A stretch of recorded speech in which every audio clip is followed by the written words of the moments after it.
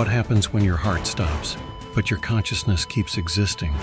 What you are about to see could change your fear of death forever. Because in ancient cultures, from Tibet to Egypt, it is said that the soul continues to see, feel, and remember for 9 days after death, and then decides where to go. And today, scientists, neurologists, and hospice nurses report the exact same phenomena. People who detach from their bodies, who see the deceased, who speak a final sentence as if they had glimpsed another world.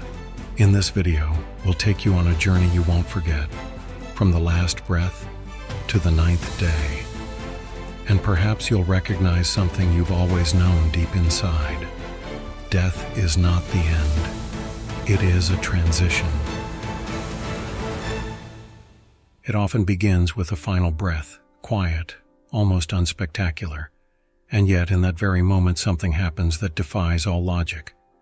Countless near-death experiencers report that they suddenly found themselves outside their bodies, as if their consciousness had simply stepped out.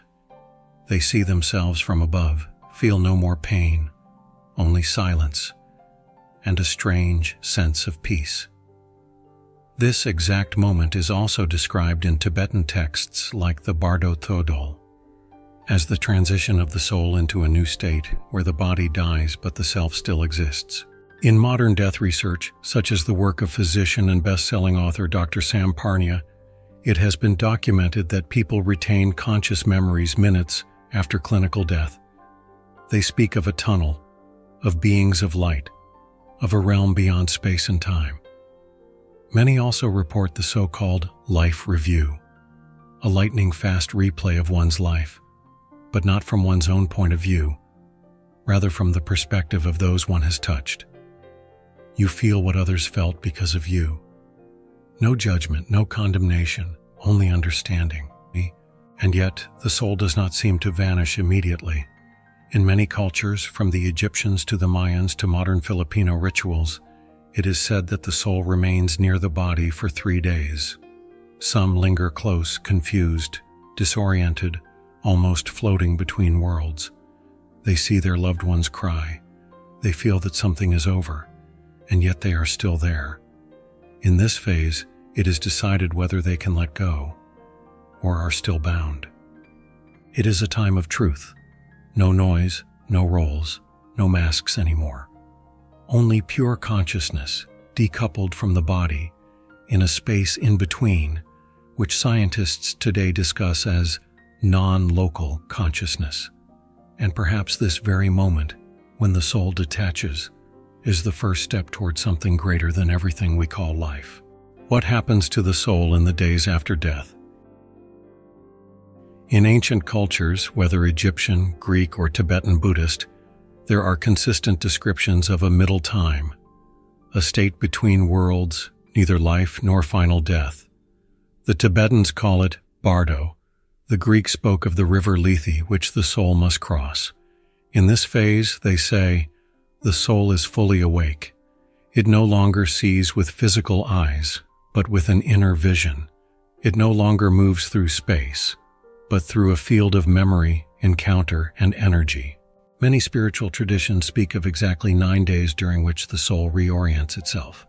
It is a process of detachment, but also of encounter. The soul meets images, people, moments, not by chance, but with meaning. It sees those who died before, whom it once loved. It meets those with whom something is still unresolved, and it begins to understand. What was my role in this life? What did I give? What did I hurt? What was healed through me? It is not judgment. It is a deep, felt understanding. This life review, described by many near-death experiencers as a light evaluation or soul film, is not an external court. It happens from within, as if the soul meets itself in its purest form. In many accounts, a being of light appears in this moment, calm, loving, not judging. Some call it an angel, others a spirit guide, still others simply the light. It is present, quiet, and asks a single question. What did you do with love? That is why so many hospice nurses report that the dying receive visits in their final days. They speak to those long gone, smile suddenly into an emptiness that to them is not empty. Sometimes they call out names no one recognizes, and sometimes, very quietly, they say words that sound as if they already have one foot on the other side. Perhaps because they do. Perhaps because the soul, in these 9 days, is already beginning to remember who it truly is. What happens at the end of the 9 days? Many traditions speak of a turning point, a moment in which the soul not only reflects, but also decides. It is not a courtroom, not a heavenly bureaucracy, but a quiet space of realization. The soul does not stand before a judge, but before itself. And in this deep inner understanding, a choice arises. Do I return, or do I go home? Edgar Cayce, the famous American trance medium, described this moment as the threshold of reconnection. The soul, he said, can enter a higher state of light, or choose a new incarnation if something remains unresolved. The Tibetan Book of the Dead also speaks of a phase in which the soul, if not fully detached, is automatically drawn into a new life, depending on its vibration, karma, and desire for experience.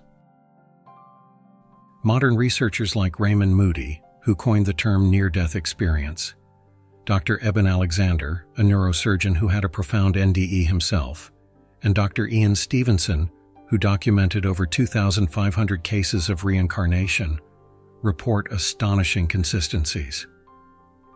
Many of their findings suggest that the soul, after a period of detachment and review, consciously or unconsciously chooses a path forward. Not everyone goes into the light. Not everyone stays. Many return, not because they have to, but because they want to. This choice does not always seem easy to recognize, neither for the living nor for the soul itself.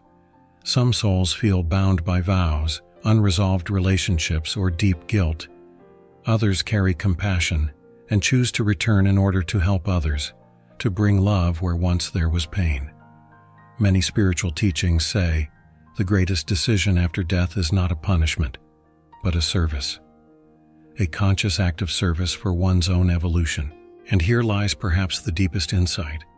If the soul chooses its own path, then it also bears responsibility in this life for what comes after. Every thought, every feeling, every action shapes not only our world, but also the very structure of our soul.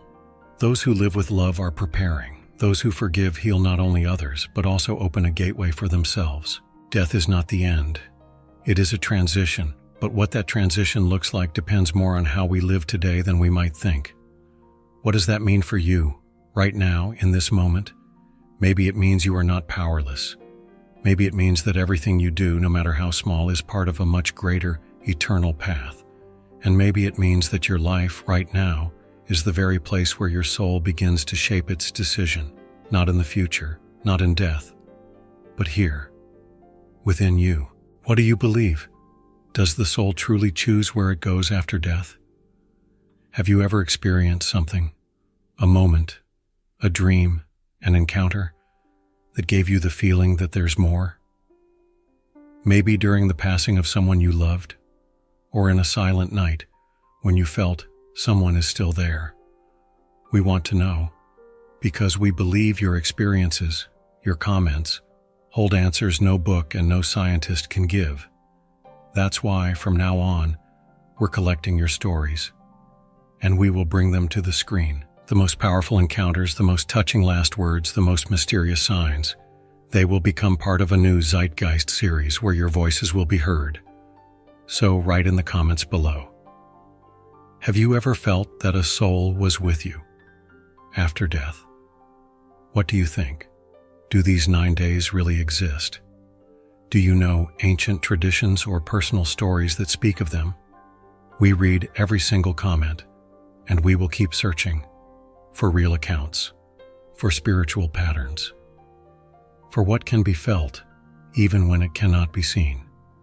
If you carry these questions within you, if you feel there is more, then subscribe to this channel. Because we believe the truth about what happens after death doesn't belong to the few, it belongs to all of us. We'll see you tomorrow at 6:30 p.m. Your Zeitgeist.